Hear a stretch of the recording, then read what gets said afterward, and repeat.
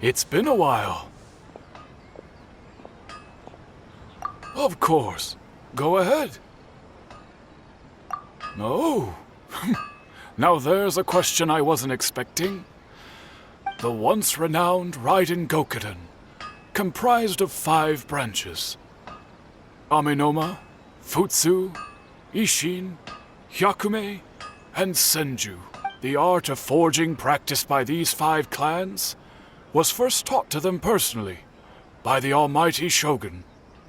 Over time, the 5 branches diverged from one another as generations of bladesmiths honed and perfected their craft, and most of the great swordsmith clans of old have since fallen into decline.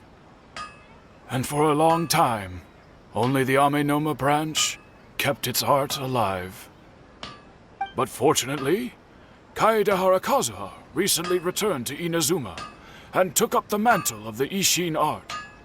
Now, 2 clans remain of the original Gokuden 5. If my memory serves me right, you yourself were present when he forged the Ishin blade. Oh yeah, we were! Paimon remembers that now. They learned a bit about the decline of the Raiden Gokuden then too. It seems like such a shame. That, my friends, is a tragic tale indeed. In fact, this was not made known to me for most of my life. All these years, I knew of those great clans' demise, but never the cause.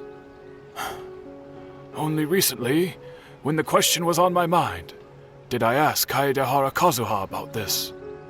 He told me that, as we are both heirs to a branch of the Raiden Gokuden, it was right that I should know the truth. There is no harm in telling you, but I must warn you. It is a dark and sorrowful tale. The Raiden Gokuden were the targets of a murderous rampage by a vengeful bladesmith. Vengeful? Why? 400 years ago, so I'm told, there was a catastrophic malfunction in Tatarasuna's furnace.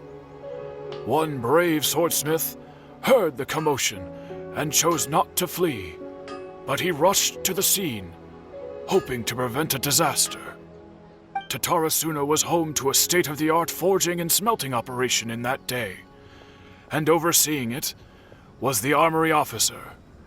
His surname was Niwa, though he had family ties to the Kaedehara clan. Knowing that they had just one chance to save countless lives, Mr. Niwa and the swordsmith leaped together into the furnace. The furnace quickly stabilized, but neither of them made it out. The smith's death, though heroic, dealt a devastating blow to his family's fortunes. His orphaned son was left to fend for himself, and grew up deeply resentful at the world. In his heart, the whole of Inazuma was culpable in his tragedy.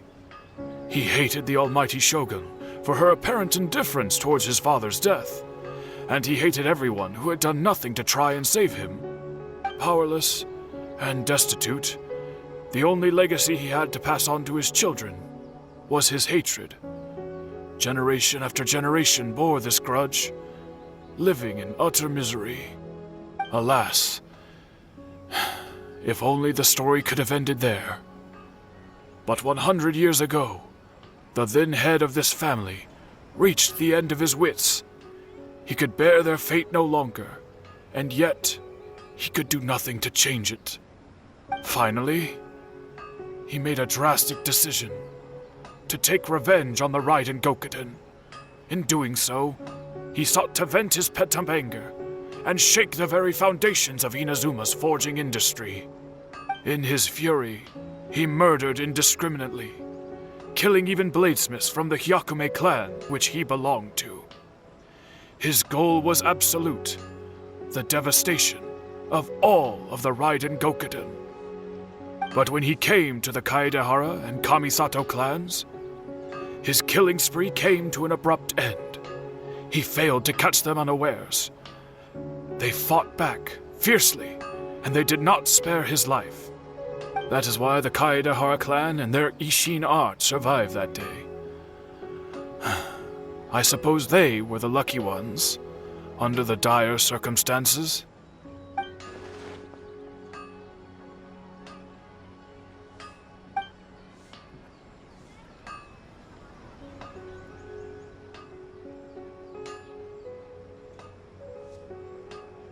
Was there anything else you wanted to ask? Kazuha? Why, yes.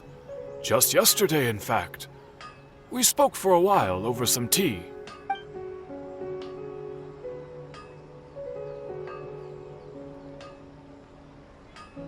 My pleasure. Don't tell Paimon. There are other places you want to visit too, right? Your expression says it all. You can't hide anything from Paimon. On to the next stop. Lead the way, traveler. Paimon will be right